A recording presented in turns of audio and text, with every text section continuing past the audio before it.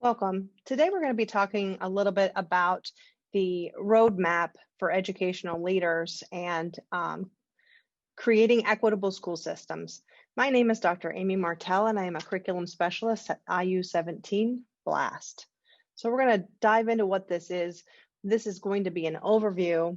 It's not going to be a deep dive, and things are changing along the continuum, but this will give you at least an understanding of what this document is and what it looks like. So you can come out to PDE and you can find a lot of different links to this. This is a roadmap for education leaders, and it's available, and it identifies 6 key processes that are going to be essential for ensuring systems and policies to be flexible and responsive to the needs of students and the school communities. And this is particularly in the rapid changing environment of the pandemic. Okay. One of the things you're able to do when you come out here to PDE and find this under you can see the trail right through here. You can click right here, this infographic, which is really nice because it hyperlinks to everything on the website. And this is for our local education agencies for the 2021 school year and beyond. And it's critical that as educators, we start to use the planning process earlier. This is also going to help us later in our comprehensive planning, and as well as going to help us to define areas of focus for school districts and for districts to look internally and see what areas of focus that they might have. So these critical areas are to establish a team, explore and select instructional delivery scenarios, support social emotional wellness, to focus on effective instruction, to communicate with stakeholders, and to provide high quality professional learning. Then, as you can see on the roadmap, there are items that you will be able to click, and will take you out to additional information that you can then drill down and see what you can use for your own district. So in this case, I chose, if we go back, you can see that I chose supporting social and emotional wellness, and I click this. This takes us out to staff and student wellness guide, and a lot of information right here at PDE that may be used. And as well, here is a checklist for staff and student wellness that you can kind of look down through and see where you are and what you might need to do to continue to support in this area. In addition, we have, for example, focus on effective instruction. There are 3 different tabs here. One of them is instruction, one of them is assessment, and one is attendance and engagement. I know that some of our schools are looking strategically at that attendance and engagement.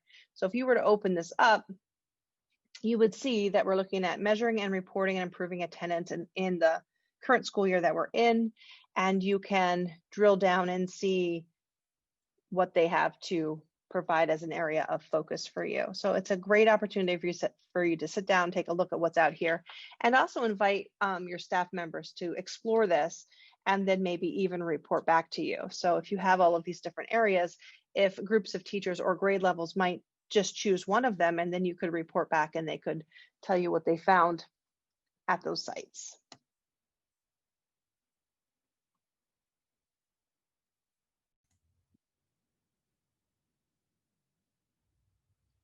Now that we're back on the PDE website,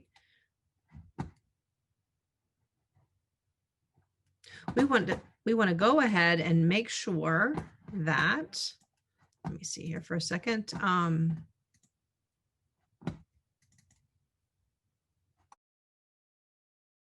Here on the PDE website, we want to make sure that that you have taken the time to look through these boxes that I described earlier and that you saw out here on the roadmap. Okay, so here's the roadmap, and they can link also to every place that you need to go, but also you can go right here and just jump into these boxes.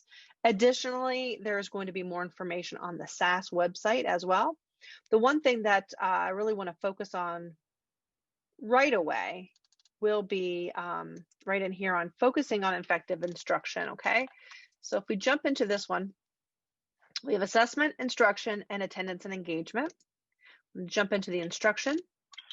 We're going to take a look at what we have here to offer from PDE, and what they're really talking about is, as we return to school, some different things that we would like to think about. You know, and you can go through this nice icon to really to help yourselves to think through all of these things here. In addition to that, it goes through different options that you have like CDTs, the assessment builder, of course, the data protocol process, um, the sample remote learning rubrics, PDE resources. And I really wanted to just take a minute to talk about these high level focus documents for ELA math, science, technology, and of course, just those academic standards. Basically, as we come back, if you want to look for the most valuable instructional focus at each grade level, this is where you would go to find that. Okay, so if you go to this, this would be like the MVP of the standards for each grade level that we need to make sure that all these students have had adequate instruction to these standards in order that they may have the right foundation in order to build upon that in subsequent years. So let's just take a look right now.